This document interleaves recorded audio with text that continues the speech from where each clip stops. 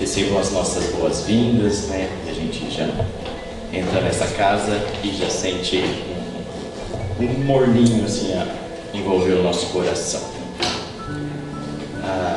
Bom, lembrando que nós estamos no 4º mês espírita Ubi Dulce Gonçalves, né? Esse mês de outubro, está com palestras especiais para o nosso coração.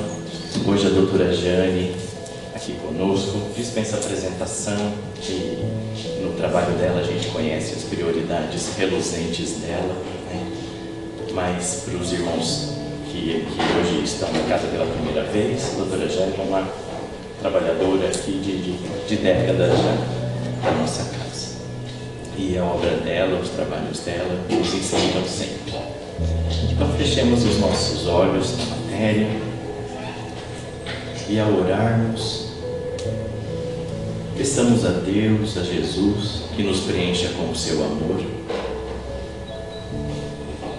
para que esqueçamos a nossa vida agitada, concentremos aqui, neste momento precioso, em que nos dispomos a fortalecer em nós o homem de bem. Vem Jesus, divino amigo, vem trazer a tua paz. Só tu és o nosso abrigo que venturas mil nos traz. Vem, amigo Nazareno, este mundo consolar. Vem com teu olhar sereno toda a terra iluminar. Apagar do mundo a guerra, o chacal devorador, que destrói tudo na terra, espalhando luto e dor. A gemido de aflição, já não há mais primavera.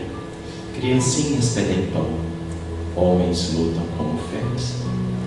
Vem, Senhor, vem reflorir os caminhos. Vem, Senhor, vem perfumar corações, exterminar a dor e fazer calar os canhões. Vem, Senhor, com teu amor tão profundo, iluminar consciências e fazer feliz o mundo. Com essa prece e poema de Cabete, nós declaramos iniciados os trabalhos da noite e desejando a doutora Jane toda a inspiração que sempre a caracteriza e já agradecendo. Boa noite a todos, desejo de muita paz. Obrigada pelas palavras do Léo. Faz tempo que a gente tenta tirar esse doutor, mas não tem jeito.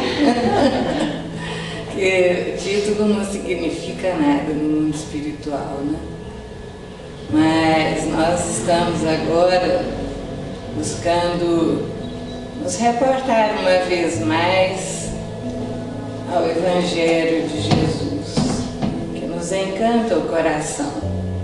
E nos capítulos de Mateus 9, 5 de Marcos e 8 de Lucas, nós vemos um momento muito nosso conhecido, quando Jesus retornava do promontório grego de Gerasa, onde ele havia curado aquele homem que era envolvido por espíritos muito necessitados, nossos irmãos do caminho, e que disseram a Jesus ser uma legião, porque eram muitos.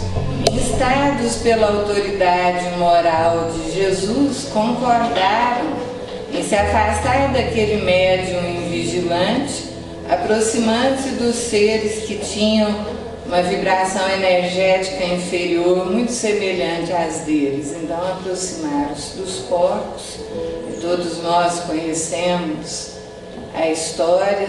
Houve uma debandada, os habitantes da cidade, que eram criadores de porcos, chegaram indignados até Jesus e pediram que ele se retirasse da cidade. O homem curado, que agora estava lúcido e bem, implorou a Jesus que pudesse permitir-lhe partir com ele. Ele pediu que não, que ele ficasse para demonstrar a todos o grande amor de Deus e o bem que ele lhe havia feito. Ele ficou ali, depois seguiu a Jesus. Voltando disso, que ficava do outro lado do lago de Genezaré, que banhava Cafarnaum, ele chegou em Cafarnaum com seus discípulos, e ali encontrava-se uma grande multidão já à espera dele. Pessoas apinhadas, procurando sua palavra de consolação, procurando a sua presença de paz e as curas para o seu corpo físico. Eram demais.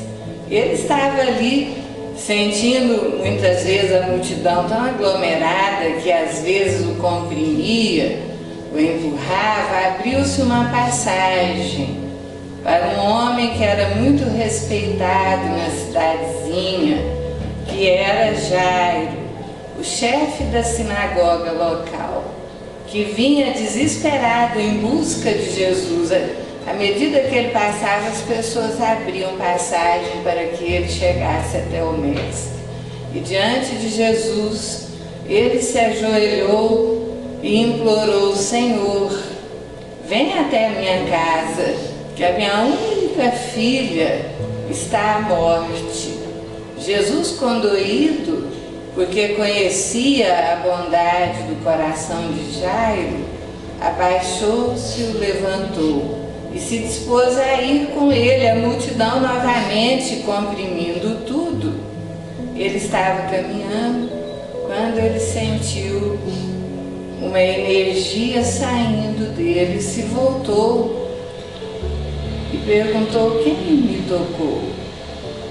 E a resposta: uma mulher que se viu ali descoberta, uma mulher que tinha um fluxo hemorrágico de 12 anos, conhecida na história como a mulher hemorroíça, chamada de Verônica ou Berenice, aquela que futuramente, mais tarde, limparia o rosto com uma toalha de linho branco e nele ficaria impresso o rosto de Jesus.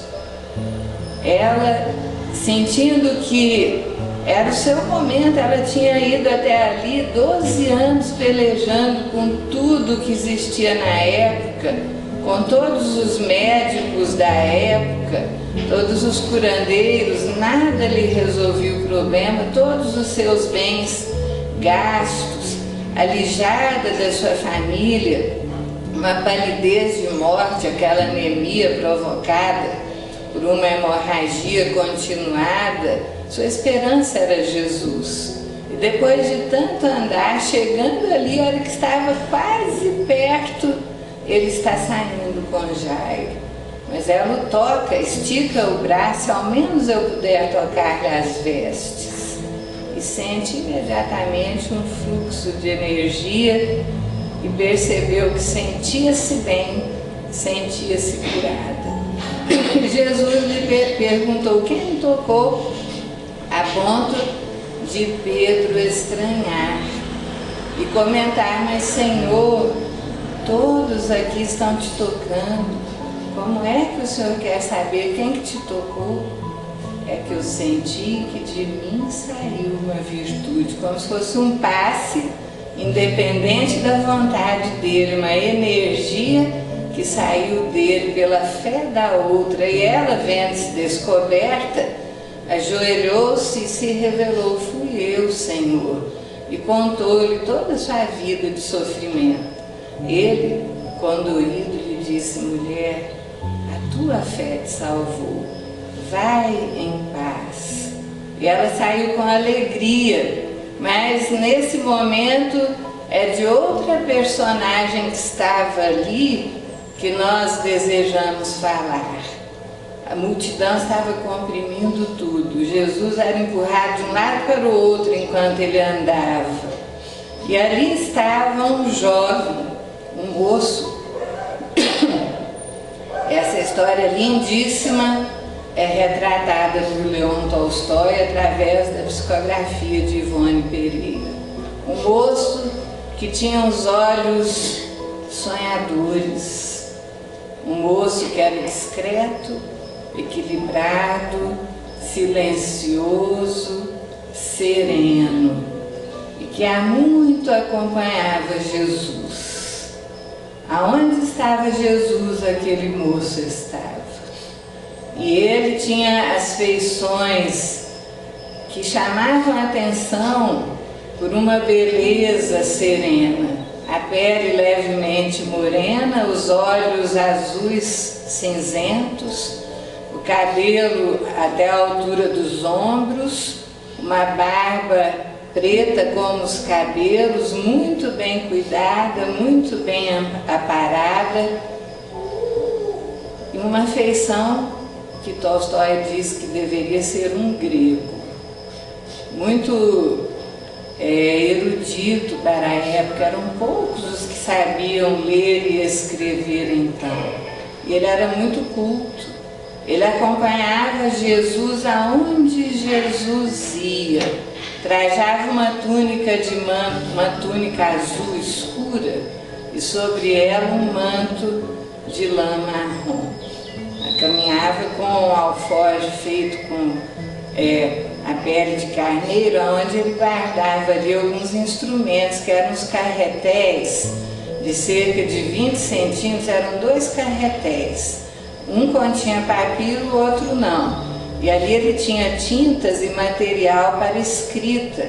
E quando ele abria o papiro num carretel, ele ia escrevendo. E depois, quando ele queria ler, ele ia transferindo para o outro carretel. E tudo que ele ouvia de Jesus, ele anotava. Muitas vezes ele sentava numa pedra, ele anotava imediatamente o que ele tinha ouvido, o que ele tinha visto. Ficava hospedado em lugares muito simples, pensões baratas. Durante o dia fazia trabalhos humildes, como costurar tendas, levar cavalos para beber água, lavar os cavalos, fazer limpezas em lugares que reuniam pessoas.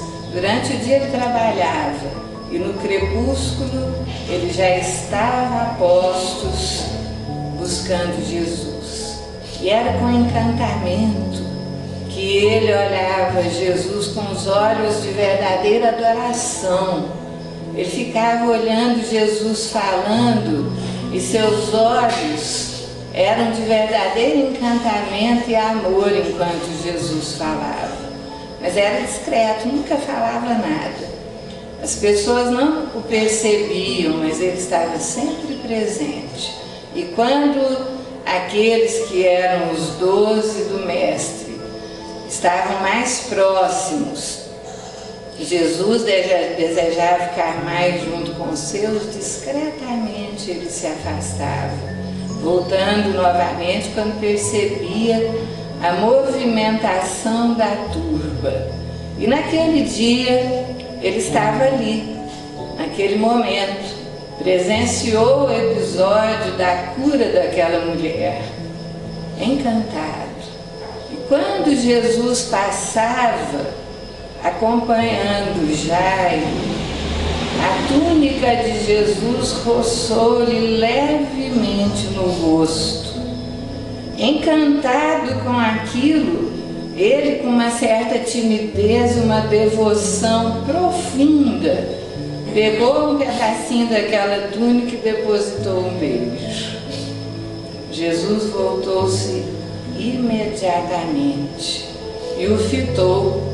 Os olhos do jovem, banhados em lágrimas pela emoção que ele sentiu de poder ter tocado a túnica do Mestre e a beijado, revelavam naquele momento todo o amor e confiança que ele sentia por Jesus.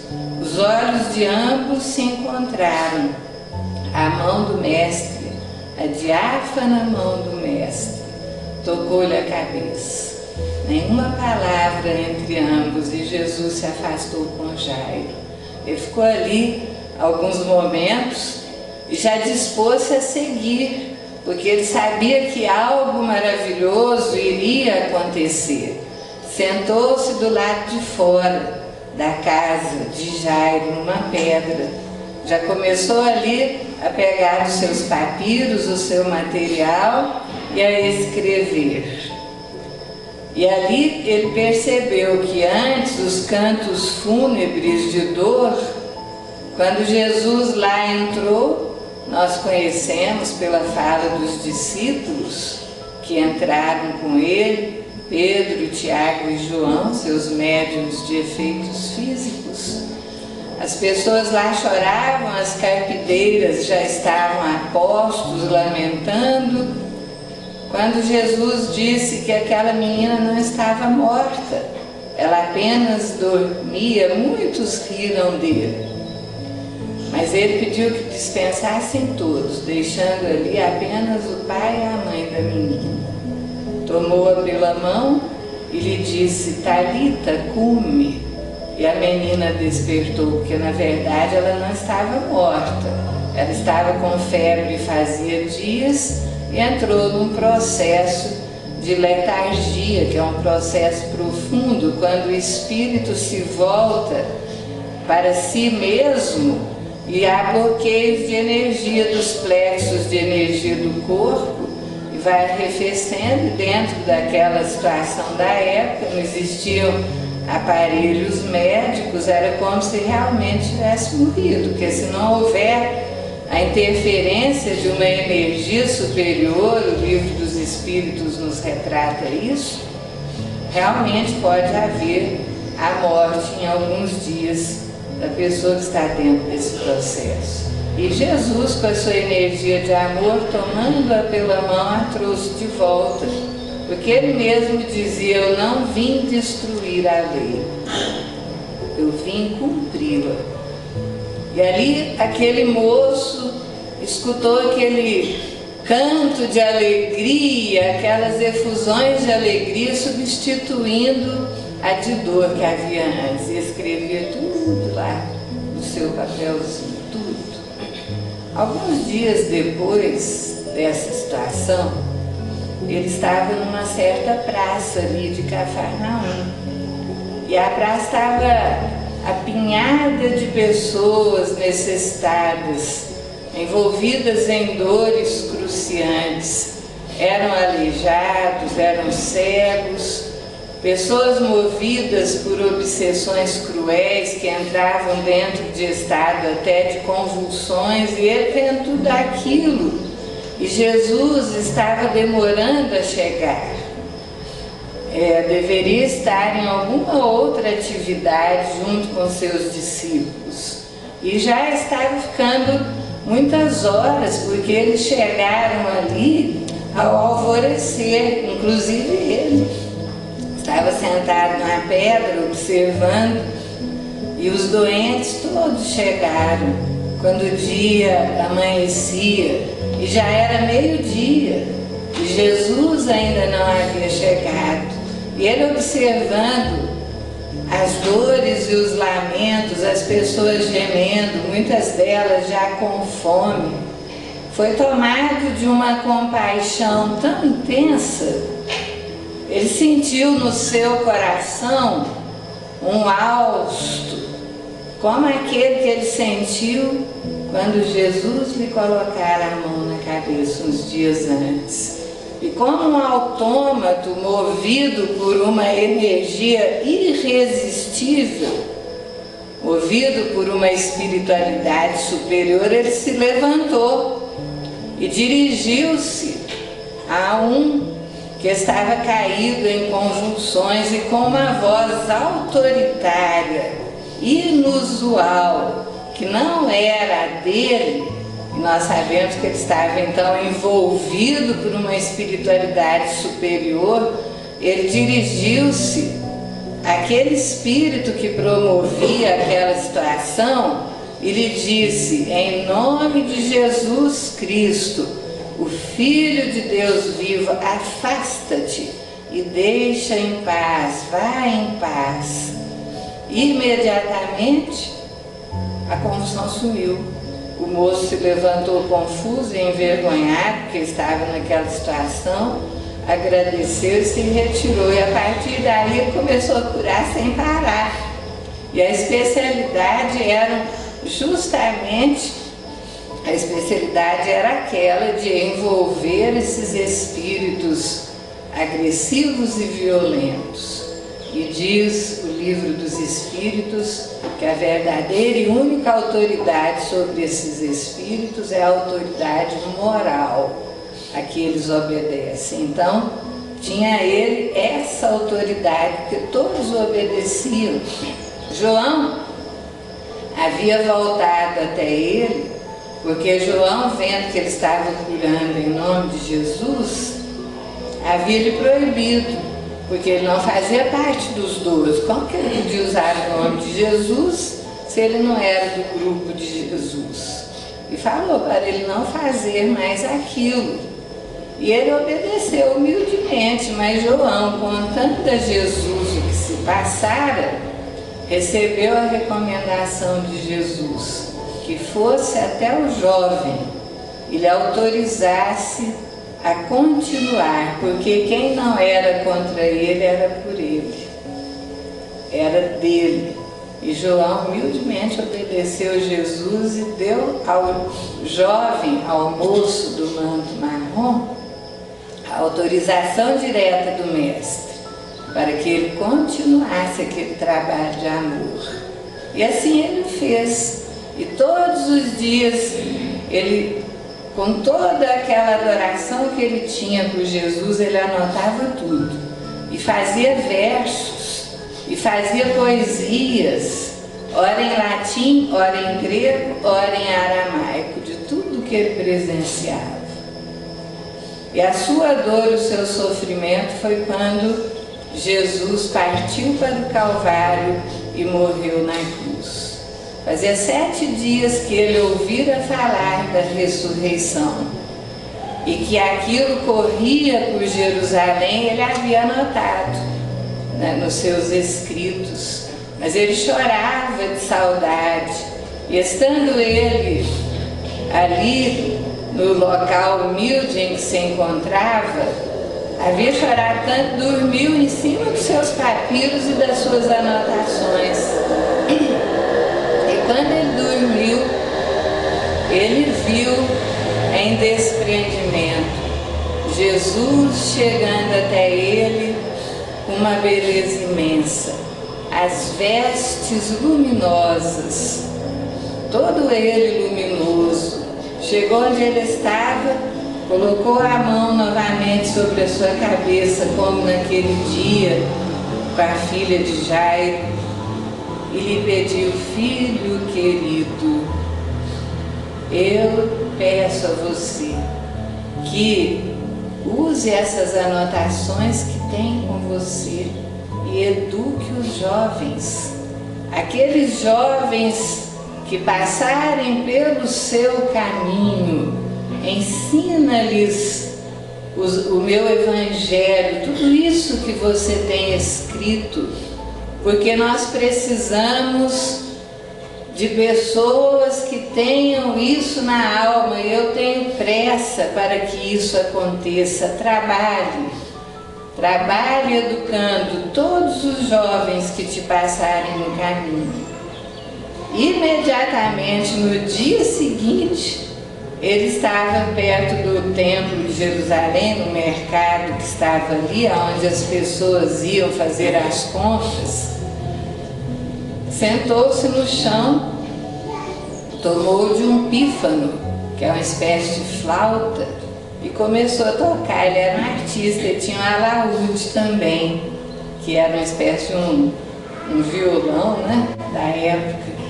E ele, com aquele pífano, aquela flauta, começou a tocar. Daqui a pouco foi chegando criança. Foram chegando jovens atraídos pela música. E quando ele viu que tinha um número suficiente, ele parou a flauta e, com a voz melodiosa como a própria flauta, ele que era silencioso e nunca falava, resolveu falar, obedecendo a Jesus que lhe pediu que falasse.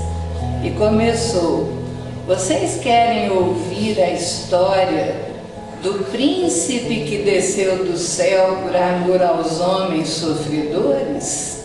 E todos eles queremos, porque no Oriente eles adoram histórias.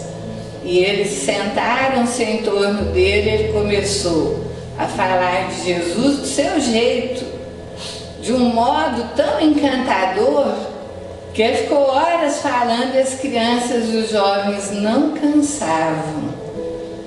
E assim ele fazia todos os dias. E quando ele contava as parábolas, as bem-aventuranças, e tinha certeza de que eles tinham entendido, então ele pegava o alaúde e começava a cantar as suas criações musicais que falavam daquelas histórias que eles acabaram de contar, para que gravasse nas mentes infantis. Algumas mulheres quiseram conhecer quem era aquele homem, porque os filhos estavam melhorando, o comportamento era outro, estavam se tornando corretos, honestos, bondosos, com compaixão. E elas foram conhecer e ouvi-lo e ficaram pensativas quando voltavam para casa, e depois, no outro dia, retornavam até ele e ofereciam a ele o quintal da sua casa para que ele fizesse aquelas reuniões na hora do crepúsculo, porque ele reunia de manhã e no crepúsculo, contando os casos de Jesus. Quando ele via que tinha feito ali cristãos, verdadeiros homens, ele pegava as peles de carneiro e anotava todas as histórias de Jesus e dava de presente para aquele seu discípulo. Aí, quando ele via que estava tudo bem, ele fazia cada dia numa cidadezinha diferente. Então tinha o dia de Jerusalém, ele ia em Betânia, ele ia nas cidades próximas, fazia o mesmo trabalho. Quando ele via que tinham sedimentado, que realmente havia conseguido fazer cristãos verdadeiros, discretamente ele se retirava para outra localidade. E assim o tempo foi passando. Quando ele estava velhinho já, de cabelos brancos, barba branca, as vestes já rotas, as crianças não falavam mais o moço do manto marrom, falavam o velho das vestes rotas. Todo mundo em volta dele, ouvindo as histórias. E diz Leon Tolstói que ele formou verdadeiros cristãos e que muitos daqueles que ele educara se tornaram depois mártires cristãos nas arenas de Roma. Quando ele estava velhinho, novamente ele sonhou com Jesus. De novo o mestre com aquela beleza inigualável, com aquela túnica de luz, seu rosto resplandecente, chegando e lhe tocando a cabeça e dizendo: continue, meu filho, continue, continue até a morte, porque você está fazendo um grande trabalho em meu nome, formando aqueles que no amanhã serão aqueles cristãos verdadeiros. Continue. E ele continuou, e ele continuou até a morte, a pedido de Jesus, educando as crianças. Paralelamente a isso, ele educando ali, fazendo o seu trabalho de amor, nós vemos cerca de 6 anos depois da morte de Jesus, Paulo fazendo as suas pregações. Havia se direcionado em muitos lugares e ele partiu para a região de Listra, que, se nós formos consultar, hoje seria na Turquia, ser reconhecida como Cônia. Naquela época era Listra. Foi enviado até lá um judeu que ele conhecera na região de Licaônia e que ali havia implantado um núcleo cristão, mas passou por uma série de intempéries, porque inicialmente o povo não entendeu que eles falavam de um Deus maior, um Deus de amor, ele e Barnabé. Imaginaram quando ele curou um paralítico que todos conheciam, que se arrastava pelo chão, que era um coxo, já tinha nascido assim, e ele, falando com a multidão de Jesus, conseguiu, vendo aquele homem paralítico, mandou que ele se levantasse. E o homem, na maior leveza, imediatamente ficou em pé e começou a andar. Então aquilo foi algo magnífico para aquela multidão. Só que eles eram seguidores de Júpiter e pensaram que Paulo e Barnabé eram Júpiter e Hermes que tinham tomado vida e corporificado ali e quiseram fazer sacrifício pagão. Então foi um custo para Paulo demonstrar que não era isso, que eles eram homens de carne e osso, não eram aqueles deuses, que eles representavam o único e verdadeiro Deus e o Filho dele, que era Jesus. E naquela localidade, depois de uns meses, implantado o núcleo cristão ali, o apóstolo Paulo teve que sair meio que fugido, porque uma jovem que estava na localidade, perturbada e envolvida pelos obsessores, se apaixonou por ele, era noiva de outro. E aí criou-se na localidade uma celeuma. Os judeus fariseus da localidade não queriam aceitar o que Paulo pregava e foram e descobriram isso. Dentro da própria cidadezinha de Listra isso havia acontecido. Mas ali em Listra, nessa região da Licaônia, ele encontrou um jovenzinho, filho de Eunice, que era uma viúva casada com um grego e é filha de Lloyd. E veio com um bilhete desse irmão dela para que ela o acudisse e socorresse ali, porque eles o estavam perseguindo por causa dessa jovem lá do passado.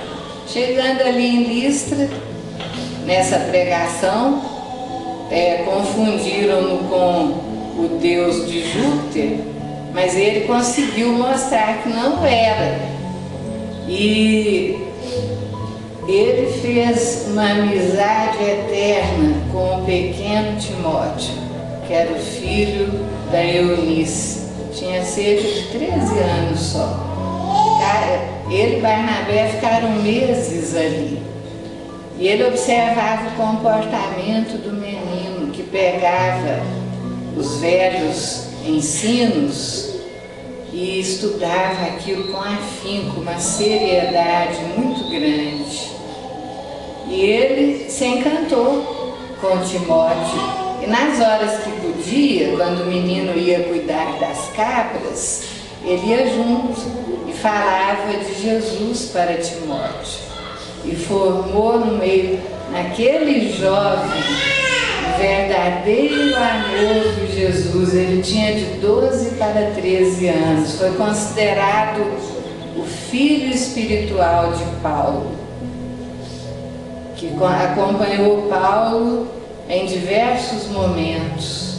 Paulo teve que sair também de Listra depois de um tempo, porque havia uma inconformação dos fariseus e ele tinha criado um núcleo cristão e teve que, para impedir ataques sobre Lloyd, Eunice e o menino Timóteo, já estava instalado o núcleo cristão, se afastar da região e ir para outras localidades, mas ele não perdeu o contato com Timóteo, e mesmo depois de muitos anos, Timóteo, já um homem feito, o acompanhou muitas vezes até Roma e estava com ele em Roma pouco antes dele ser preso. E obedecendo a Paulo, ele levou algumas missivas para os cristãos da região do Oriente, onde ele costumava estar. Então, são as crianças, espíritos milenares, que nós temos que ver como crianças nessa vida, mas espíritos imortais, que trazem uma bagagem. Jesus pediu ao moço do manto marrom que educasse as suas crianças. Paulo percebeu a grandiosidade espiritual de Timóteo e educou com o mestre. Nós vemos ali na questão 917 do Livro dos Espíritos, quando se trata do egoísmo,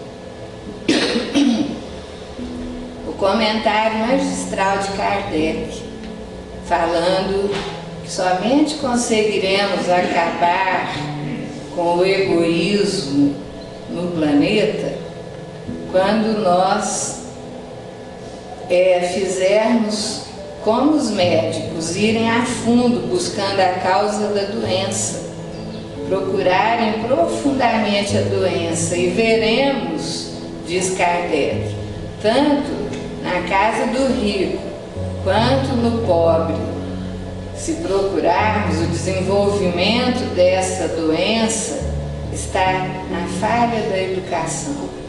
A educação verdadeira deve se basear na educação moral, na formação de caracteres que definam o ser do bem, que façam o homem de bem, aquele que cumpre os ensinamentos de Jesus. E nós vemos na questão 918, Kardec perguntando como que nós podemos conhecer se um homem pode ascender na hierarquia espiritual. E os espíritos respondem que se ele cumprir as leis divinas, e tiver um conhecimento da imortalidade da alma, ele está no caminho. E aí vem no próprio Livro dos Espíritos, nessa questão 918, aquilo que é quase uma réplica, um resumo sobre o homem de bem do Evangelho, que é aquele que trata os outros com amor, com justiça, com caridade, respondendo ao pedido áureo de Jesus: tudo aquilo que quereis que vos façam, fazei vós aos outros. Então, educadores somos todos, todos podem ser educadores na exemplificação do amor cristão, do verdadeiro amor que Jesus nos ensinou a ter, como foi o caso do moço do manto marrom. Nem sabemos onde anda esse espírito. Leon Tolstói comenta que não tivemos mais notícias dele, que ninguém conhecia o seu nome. Era o moço do manto marrom, depois o velho do manto volto, mas alguém que acendeu as estrelas, subindo, porque amou profundamente a Jesus. Esse mês, que é o mês espírita, nós estamos aqui lembrando do nosso paizinho Hugo, da nossa mãezinha Dulce, que foram educadores também, em nome de Jesus. Porque serviram com renúncia e abnegação quase que a vida inteira. Que o paizinho chegou por aqui por volta dos seus 40 anos, ficou até os 100, servindo por amor. E quando nós conversávamos com ele e perguntávamos como ele estava, como que o senhor está? A resposta era invariável: pedalando a bicicleta para ela não cair. E nós temos que aprender a pedalar as nossas bicicletas para ela não cair.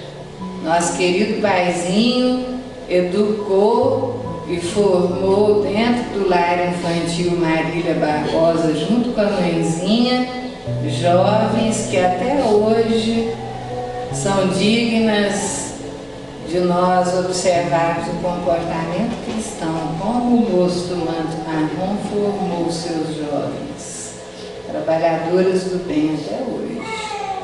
Trabalhadores outros que chegavam de diversos lugares, se encontravam aqui, e o nosso querido Hugo Gonçalves, o nosso paizinho, direcionava a trabalhos. E hoje tem centros espíritas aí esparramados no norte do Paraná. Trabalhadores que se encontraram aqui, formados pelo amor do nosso querido Hugo Gonçalves. Então, hoje, com tantas dificuldades que vemos no planeta, quando ouvimos falar de guerras, de rumores de guerras, quando a agressividade espouca e violência atormenta, lembremos de Jesus, o nosso Senhor, que nos pedia vigilância e oração, trabalho. E se nós nos educamos no amor, no Espiritismo, nosso dever é de vivenciarmos isso no dia a dia, de confiarmos no amor de Deus, de termos a certeza de que Deus é o comandante, de que Jesus é o governante em nome de Deus, que somente sucederá aquilo que estiver dentro das possibilidades que Deus permite. E tenhamos fé e coragem, mantendo a educação desses cristãos do passado. Se nos for dado a possibilidade de ajudar, que eduquemos, façamos como Jesus pediu ao jovem que chorava depois da sua morte: eduque, eduque meu filho, eduque sempre, para que nós possamos fazer desse mundo um mundo melhor. E eu tenho pressa que isso se dê. Já fazem 2000 anos, gente. O Espírito tem uma paciência milenar. Teríamos já a possibilidade de estarmos num mundo muito melhor se fizéssemos o que Jesus nos pediu que fizéssemos. Amarmos-nos uns aos outros como Ele nos amou. Então, que eduquemos a nós, dentro dos valores do Cristo, que eduquemos aos outros com o nosso exemplo de valores cristãos. Porque, como diz o velho ditado, o exemplo fala muito mais que 1000 palavras.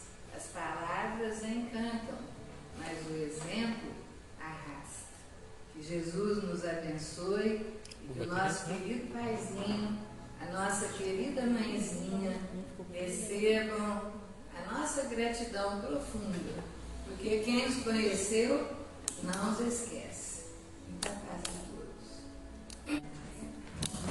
Obrigado, Jéssica, por tanto. Histórias que nos trazem lições essenciais e nos enlevam para exalarmos com mais alegria e melhores na nossa bicicleta. Então, os trabalhadores do MAS podem se dirigir à câmara do MAS, o grupo vocal tem que cantar um pouco para a gente.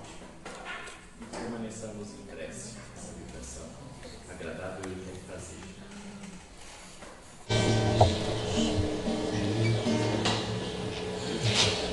Jesus, educador da humanidade, que dissestes, deixai que os pequeninos comigo venham ter.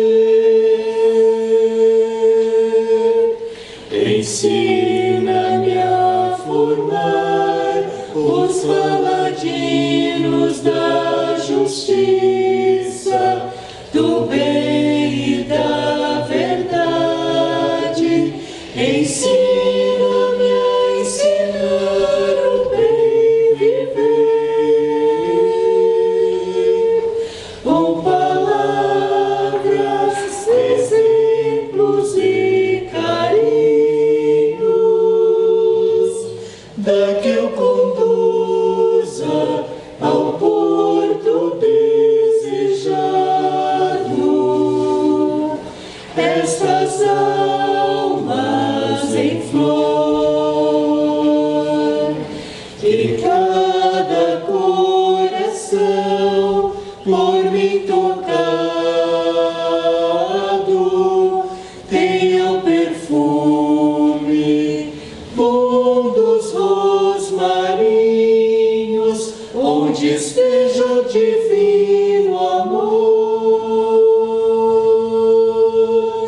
Que eu nunca seja pedra de tropeço, que eu nunca escandalize uma criança, que eu saiba respeitar seu coração.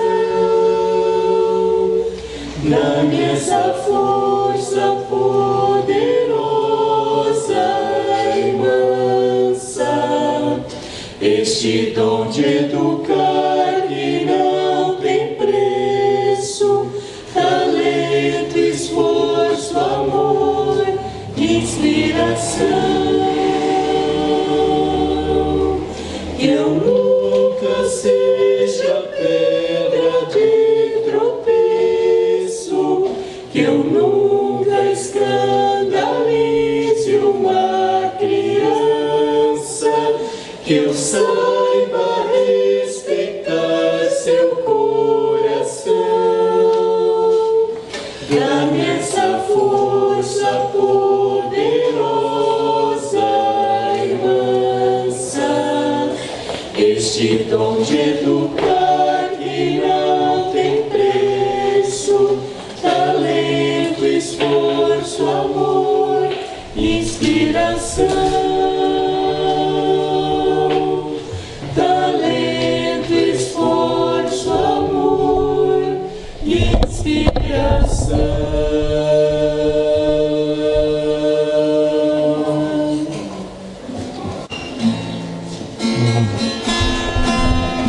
Um sentimento me ronda, não sei dizer, tudo é novo pra mim. Meu coração se renova, sinto a esperança invadir o meu ser. Quero ser manso, ser limpo, ser justo e pobre de espírito ser. Tua palavra me sonda e conta do reino que espera por mim. Eu te ofereço meu pranto, as dores da alma que quer renascer.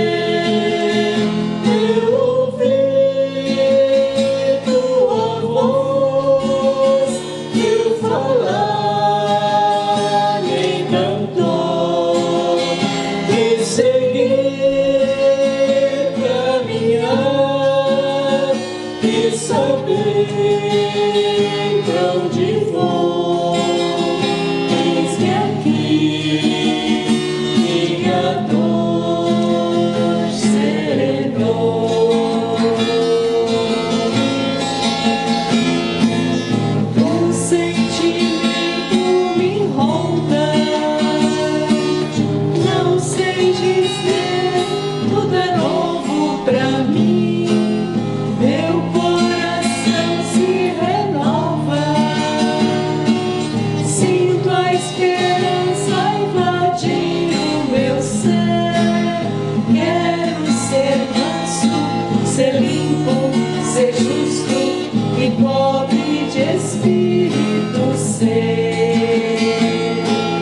Tua palavra me sonda e conta de um reino que espera por mim. Eu te ofereço meu pranto, as dores da alma que quer renascer. Eu ouvir tua voz, eu falar em cantor e seguir, caminhar e saber pra onde vou. Eis-me aqui, minha dor serenou.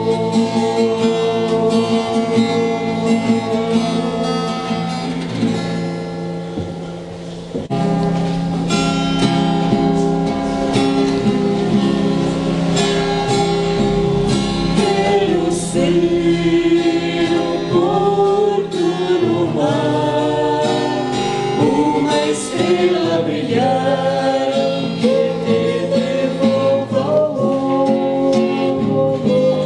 Quero ser um lugar de paz e não deixar jamais esquecer que acabe o mundo.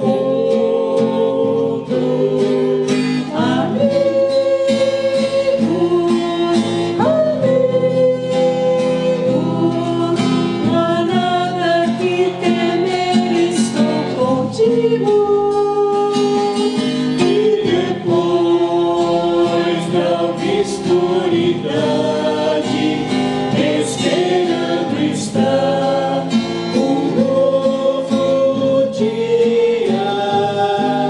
Cantarei, cantarás, e essa luz ao final do caminho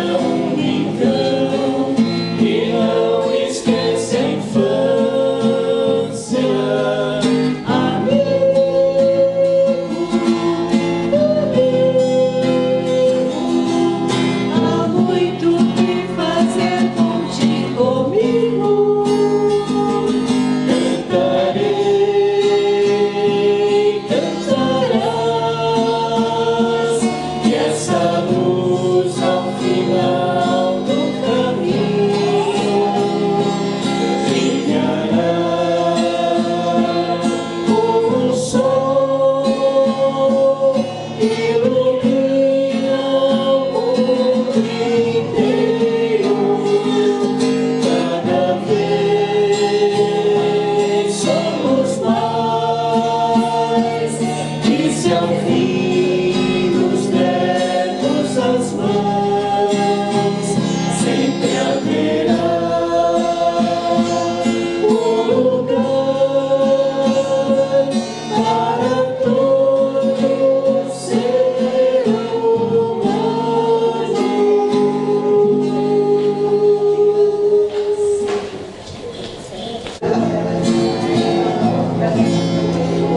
Abnegado servidor, que no mundo nos conduz, passeando, Senhor, aos caminhos de Jesus. Dedicou a sua vida a criança abandonada, sem amor, pão e guarida, filha do ninguém, do nada. Seu viver abençoado é repleto de carinho. O seu nome foi trocado, desceu Hugo por paizinho. Do que diz e faz,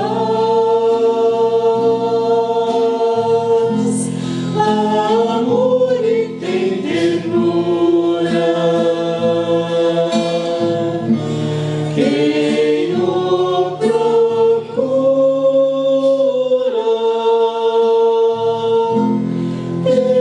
encontra paz.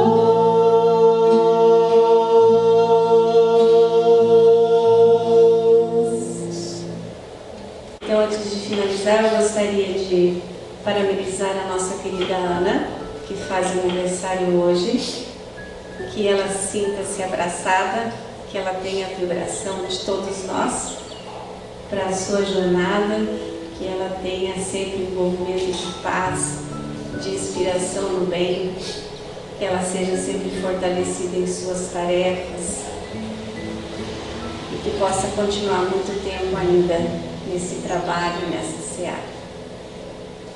Tem mais alguma coisa? Hoje nós estamos liberados dos avisos. Então vamos.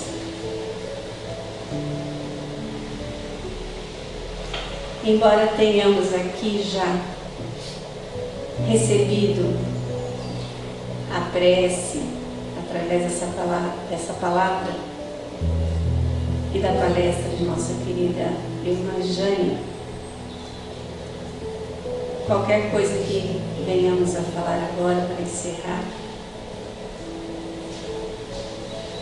será apenas para concluirmos, porque os ensinamentos, o encantamento que ela nos trouxe é o que deverá permanecer também nos nossos corações. E assim, encerrando mais uma vez este trabalho,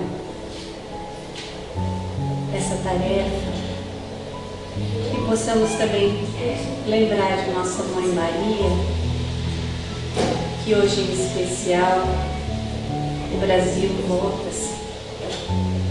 o seu coração, o seu pensamento a ela, a nossa Mãe intercessora, que possamos neste momento colocarmos então também o nosso pensamento no envolvimento do seu amor, da sua misericórdia, entendendo que aqui nessa pátria, onde reencarnamos. Com certeza trazemos aqui a nossa missão, trazemos para cá também as nossas obrigações reencarnatórias. Que possamos ser então artífices de um país melhor, de um país justo, solidário, feliz, sob as bênçãos de nossa Mãe Santíssima. Que ela acolha cada um de nós, as nossas aflições, as nossas angústias, os nossos medos, que todos possam ser amenizados, principalmente nesse momento que tanto precisamos ter vigilância e os corações equilibrados. E assim possamos encerrar o trabalho desta casa, desta noite, rogando a paz de Jesus, a misericórdia de nosso Pai maior, que envolva cada um de nós, que possamos retornar aos nossos lares abençoados, acompanhados, e que possamos assim nos fortalecermos para a continuidade da nossa tarefa e possamos estar aqui na próxima semana, amparados e abençoados igualmente. Que todos possamos retornar em paz e que Jesus nos acompanhe. Boa noite a todos.